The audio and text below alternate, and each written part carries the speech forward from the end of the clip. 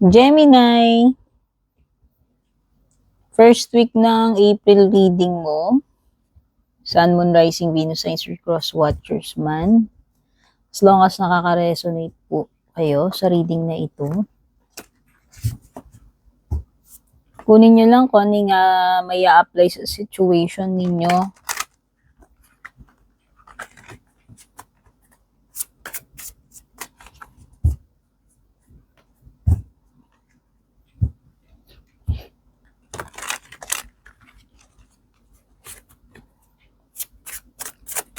Oops.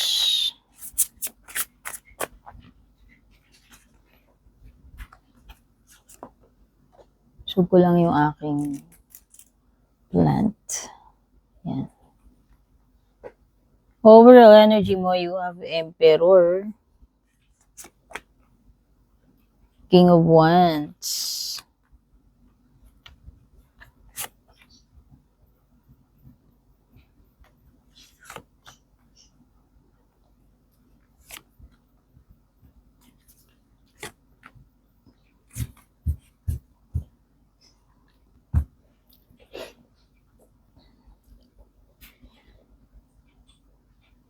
Emperor is Aries energy, Moon is Pisces. Pero kahit naman anong sign ninyo, full is Aquarius.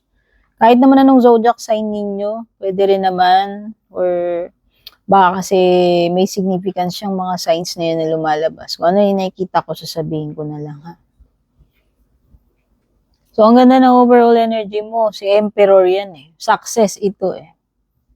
Power, success, domination. So, nakikita ko rito ay nandoon ka sa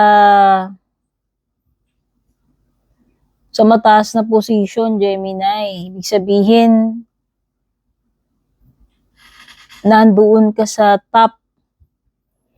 Kung meron ka mang, kumbaga sa exams, top notcher ka. Doon ka sa itaas eh.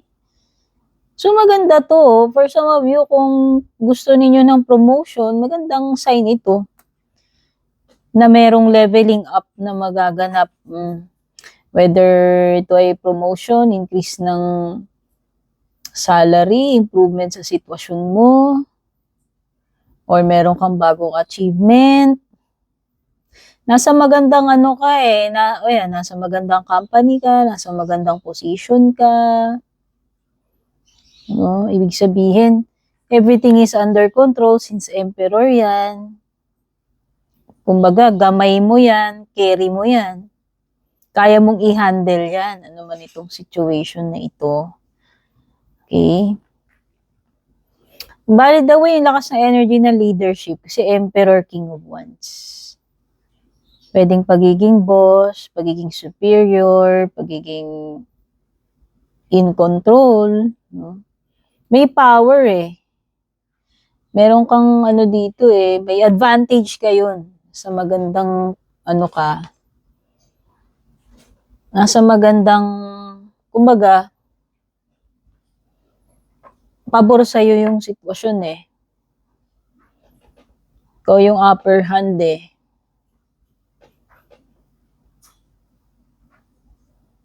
Kasi itong Emperor, King of Wands, pwedeng role, ma-assign ka sa bagong project, role, ikaw ang in charge dyan, or ikaw yung supervisor, manager. Oo, ikaw ang leader eh.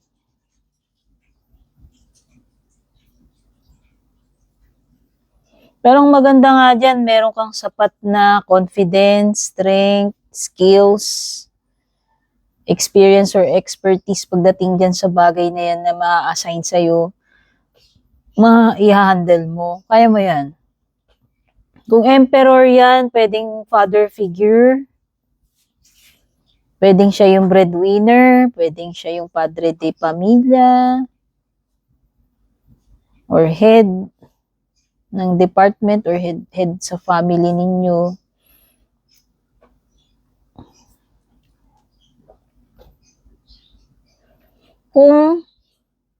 Kung person yan, reliable, responsible yan. Kasi ginagampanan niya yung ano niya eh, Nagagampanan niya ng maayos yung duty niya.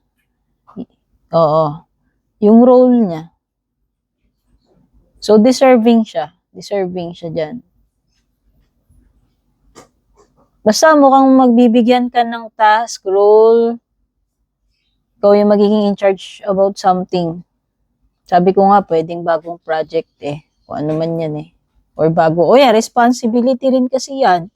Si Emperor. Okay. By the way, singit ko lang, please don't forget to subscribe, like, follow kung bago kayo dito. Bawat like, follow, subscribe ay malaking tulong po sa akin. Thank you rin. Malaking tulong din po yung palagi ninyong pagla-like, pag-heart, pag-comment, pag-share. At sa mga generous star senders, mga pumasok, nag-avail ng subscription membership at dun sa mga hindi umaalis. Yan. Maraming salamat po sa inyo. Para sa mga gusto maka-avail ng exclusive perks sa akin, dumiretso kayo sa one and only official FB page ko, Purple Team Meta Verified, may blue check. Kayo po ang mag-PM sa akin. Hindi po ako mag-add friend, mag-PM for your awareness. Marami po kasing fake na gumagaya sa page ko. Kaya ako yan sinasabi. Okay? Okay, dumako na tayo pagdating sa career, negosyo, kaperahan, kabuhayan mo, Gemini, this week. Nakakakita ako dito ng delay with the Page of Swords. Oo. Ano ba to? Naghihintay ka ba ng pera? Naghihintay ka ba ng information? Balita? Message? Kasi may delay. Meron akong nasa-sense dito na person na pwedeng nakikurious siya sa'yo. Either nakikurious siya or yun, pinag-aaralan ka niya, sinusubaybayan ka niya, nag-i-spy or nakikurious siya sa'yo. Pwedeng iba, binabadmouth ka. Or, yun na nga, binabadmouth, sinisiraan, may sinasabi behind your back, pwedeng ganun.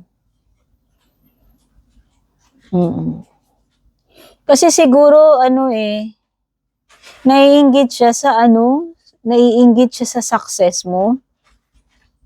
Oo. May agwat ito Yung isa mas mataas ang position, yung isa mas mababa.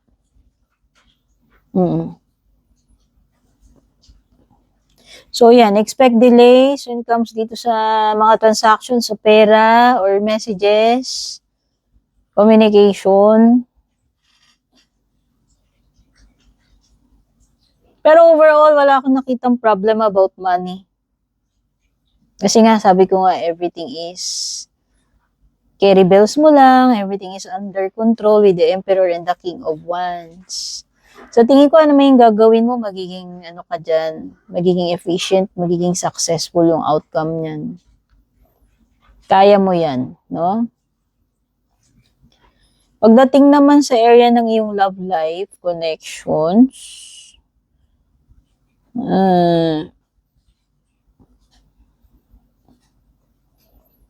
merong nalulungkot or bored with the Four of Cups.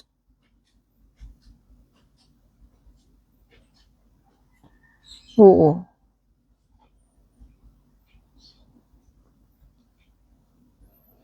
Maraming kasi ibig sabihin si Four of Cups pwedeng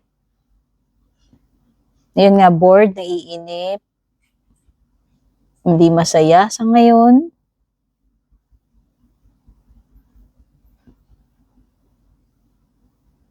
Actually, nag-iisip. Hindi ko alam kung ikaw ba yung nag-iisip siya. Bahala na kayo kung energy nyo ba yan, energy ng person mo.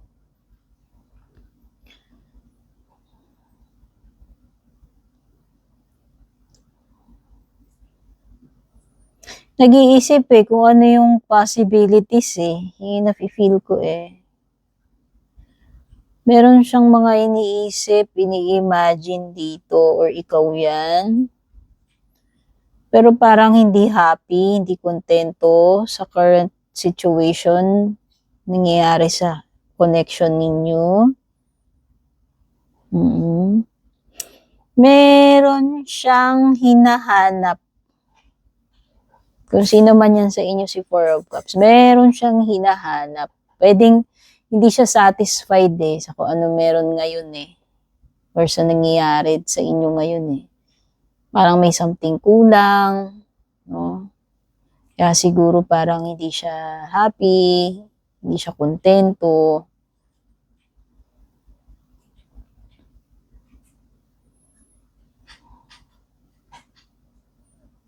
Parang nangangapa sa moon. May mga insecurities to, fears, insecurities. Itong person na to, kung sino man sa inyo yan pinapatungkulan ng moon card.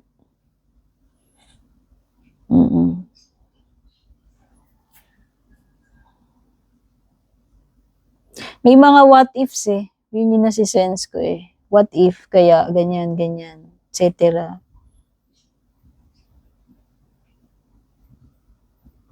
Nag-iisip ng mga possibilities. So, okay. Pagdating naman dito sa maaring blessing or challenge.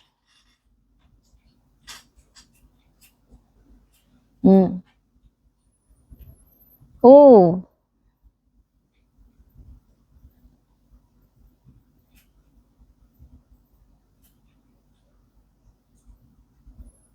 Meron talaga something palihim, patago dito. Lumitaw yung Seven of Swords, lumitaw ang Moon.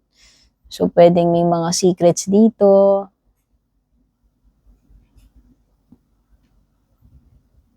Mayroong ginagawa na hindi mo alam.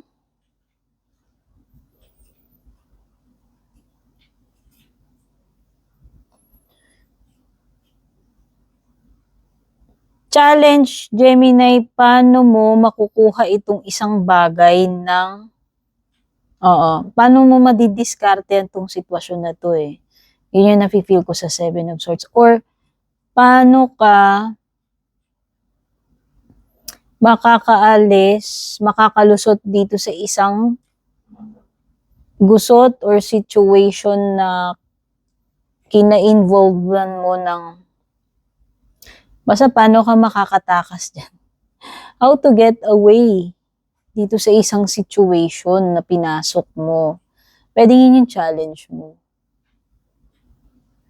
Now, the blessing, kung meron mang nakaranas dito ng may nawala sa inyo, nanakawan kayo, whatever. Basta, nanakawan man hindi, nagkaroon ng loss, is maaaring maibalik pa, ma-recover, Gemini. And,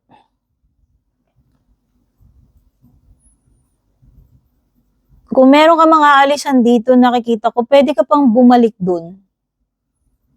Pwede yun din yung isa sa blessing or advantage mo Meron ditong umalis pero pwedeng tanggapin pa rin, i-welcome pa rin. Alam mo yun. Sa career man yan, sa love life, o kung saan.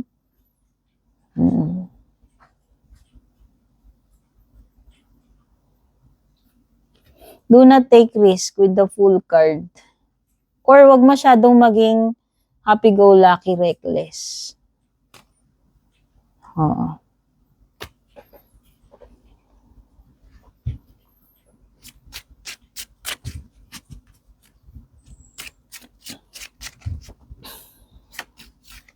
Ang panatibang paparating.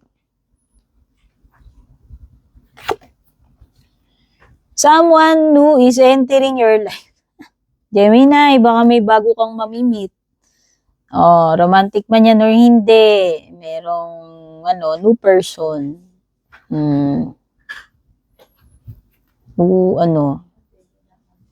New experience, new acquaintance, new connection, man yan, sa trabaho man yan or romantic. May traitor. Yun yung sinasabi ko sa'yo, nagbabadmouth sa'yo kanina pa sa Page of Swords.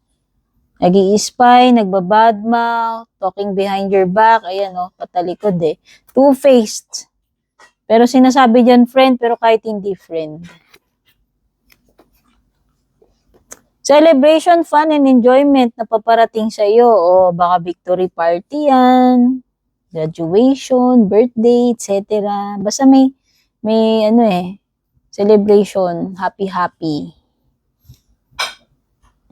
gathering.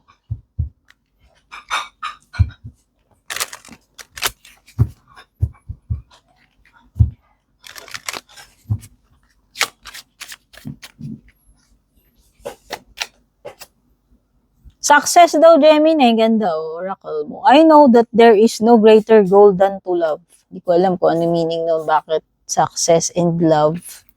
Pero merong success this week. Ano man yung bagay. Kaya nga, di ba, may victory dyan. Sabi ko, may celebration. Sige, meron kang magagawa successful with the Emperor at saka King of Wands. Yung kanina ko pa binabanggit. Perseverance. I know that I can do whatever I set my mind to. Yun yung Emperor energy at saka eto, Emperor energy and King of Wands energy. Kaya nga, di ba sabi ko, carry bells. Nasa upper hand ka, sa magandang position ka, you are in control. You are powerful during this week. Kaya ano man yung mga gustuin mo gawin, as long as meron kang confidence, tsaka yung perseverance na yan, magiging successful itong week na ahead na ito. Freedom, I possess the power and do. Diba sabi ko power, Emperor, King of Wands.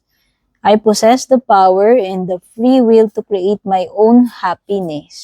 Kaya nga, kung ano man gusto mo i-create, gawin, sabi ko nga, carry bells mo yan, sasucceed ka, makukuha mo yung outcome na gusto mo. Ganda. Ganda yung mga cards mo, Gemini. Ito na, para sa last card, closing message or affirmation. Ano to? Compassion. As you pray each day for greater compassion, a new self is born. Drawing new people and experiences. Di ba sabi nga dito, someone who entering your life. Binanggit ko yun person yung lumalabas, pero sabi ko rin, experiences. No experiences, di ba? No acquaintances. So, a new self is born, drawing new people and experiences. Dear Lord, help me feel ever-deepening self-acceptance. May I see myself as you see me. Godspeed, Babush.